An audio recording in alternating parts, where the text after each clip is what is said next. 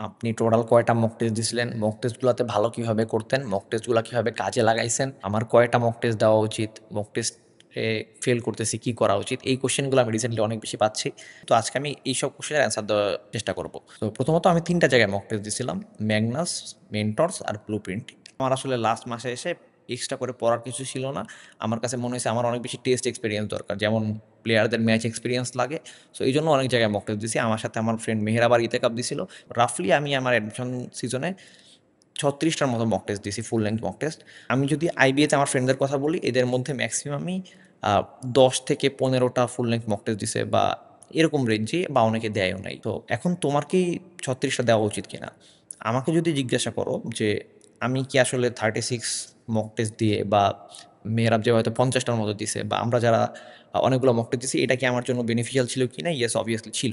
কিন্তু তোমার জন্য বেনিফিশিয়াল হবে কি হবে না, এই জিনিসটার জন্য আমরা আরেকটু ডিটেইলে কথা বলব। সো তার আগে এটা বলি, মক টেস্ট আসলে কেন দেওয়া ইম্পোর্টেন্ট? কারণ এই কোয়েশ্চেনটার অ্যান্সার যদি আমাদের কাছে না থাকে, তাইলে আমরা কার জন্য কতখানি মক টেস্ট দেওয়া উচিত, এইটা বুঝতে পারব না। তো দেখো, মক টেস্ট আমরা কেন দিই? ধরো একটা ফুটবল খেলার কথা চিন্তা করো, বা যেকোনো গেমের কথা চিন্তা করো।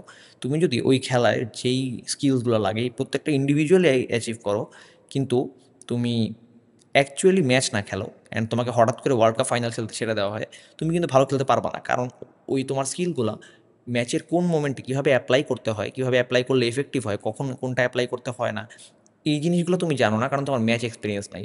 তোমরা দেখবা যে এলিট অ্যাথলেটসদের যদি একটানা ম্যাচ গ্যাপ যায়, তাহলে পারফরমেন্স ড্রপ করে। সো মক টেস্ট এক্সামটা ওরকম যে আইবি এক্সামের আগে তুমি আইবি এক্সামের ক্লোজেস্ট এক্সপিরিয়েন্স পেতে চাও, যাতে তুমি এক্সাম হলে তোমার নার্ভ ম্যানেজমেন্ট, টাইম ম্যানেজমেন্ট, তুমি যে স্কিলগুলো শিখছো, এই স্কিলগুলো ভালোভাবে অ্যাপ্লাই করা, এইগুলো ভালোভাবে করতে পারো।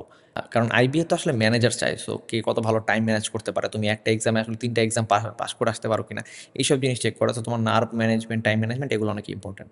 সো এখন তোমার কয় জায়গায় মক টেস্ট দেওয়া উচিত? সো তুমি ২ টা ক্যাটেগরির মানুষ হইতে পারো। এক, যে তোমার আইবি এর জন্য যেসব টপিক পড়া উচিত, এই প্রত্যেকটা টপিক তুমি মোটামুটি পড়ে ফেলছো। এখন আর নতুন করে ওই টপিকটা তোমার শেখার নাই। আমি বলব তোমার জন্য যত বেশি সম্ভব মক টেস্ট দেওয়া উচিত। মক টেস্টের কোয়েশ্চেনগুলো রিভিউ করা উচিত সলিউশন দেখে। অ্যান্ড তারপরে তোমার যে মিস্টেকগুলো আছে, এই মিস্টেকের উপর নিজেকে ইমপ্রুভ করতে, করতে নেক্সট বাকি দিনগুলা যাওয়া উচিত। যদি এমন হয় যে যেই মেজর টপিকগুলো আছে আইবি অ্যাডমিশনের জন্য, এগুলোর মধ্যে কোনো ১ টা ২ টা তোমার বাকি আছে এখনো পড়া, অ্যান্ড তোমার ওটার জন্য ইনাফ টাইম দরকার। তুমি যদি অনেকগুলা মক টেস্ট দিয়ে তোমার স্কেডিউলটা প্যাক করে ফেলো, যে তোমার দেখা যাচ্ছে যে প্রত্যেক দিনই ২ টা করে মক টেস্ট দেওয়া লাগতেছে, অ্যান্ড তুমি নিজে পড়ার টাইম পাচ্ছ না, তোমার যে টপিকে ল্যাকিংস আছে, ওই টপিকটা তুমি যে আ পড়বা, সেই সুযোগটা তুমি পাচ্ছ না। এমন যদি হয়, তাহলে তোমার জন্য অনেকগুলো মক টেস্ট দেওয়া কাউন্টার প্রোডাক্টিভ হয়ে যেতে পারে। এখন প্রত্যেকের বেয়ার মিনিমাম কতখানি করা উচিত? আমি বলব এটলিস্ট একটা জায়গায় মক টেস্ট দেওয়া উচিত। সো এটা ১০-১২ টা মক টেস্টের মতো হয়। আর যদি এমন হয় যে তোমার হাতে টাইম আছে, অ্যান্ড তোমার কাছে মনে হচ্ছে যে এই মোমেন্টে তোমার এক্সাম হলে পারফরম্যান্স এনশিওর করাটা বেশি ইম্পোর্টেন্ট, তুমি বেশি, বেশি মক টেস্ট